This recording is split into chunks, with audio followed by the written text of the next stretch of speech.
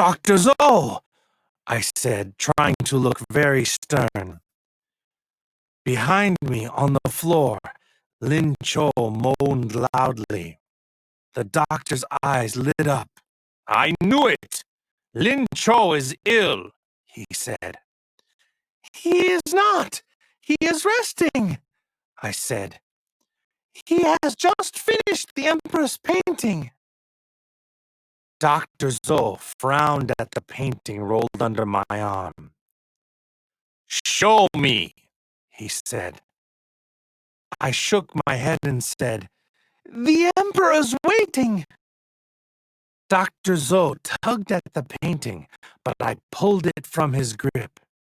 He fell to the ground. I knew that I was to respect my elders. I knew that I should have helped Dr. Zoe to his feet, but instead I ran. I ran past the great iron pagoda. I ran past the market where peddlers sold silk, tea, and rice. As I ran, traders, merchants, and scholars stopped to stare. What is under your arm? A little girl asked as I ran past. It is a painting for the Emperor, I proudly answered. Show me, she said. I slowed to a walk, glancing over my shoulder. Dr. Zoe was not behind me. He was nowhere to be seen. A small crowd gathered as I unrolled the painted scroll. I painted this for the Emperor, I said. I held it high for the crowd to see. The crowd gasped in delight. Well, I thought it was delight. I am the best artist in Kaifeng, I said. I am better than Lin Cho. Han Li! A voice behind me yelled. It was Dr. Zoe. I clutched my painting and ran.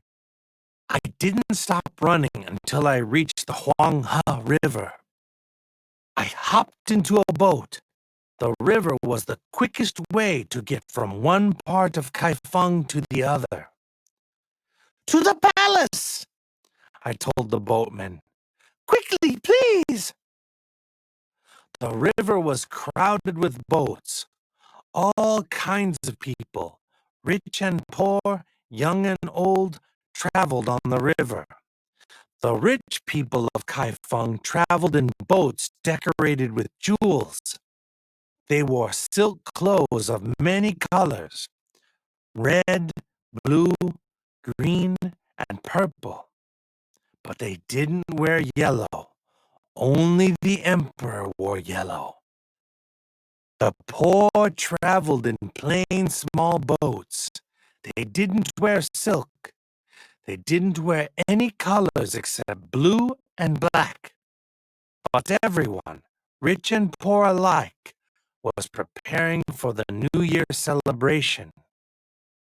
I thought of Lin Cho lying ill on the floor. Would he live to see the New Year? My eyes filled with tears. I must not cry over old Lin Cho, I thought. But he had been good to me. I remembered all the nights we had spent playing Lubo, my favorite game.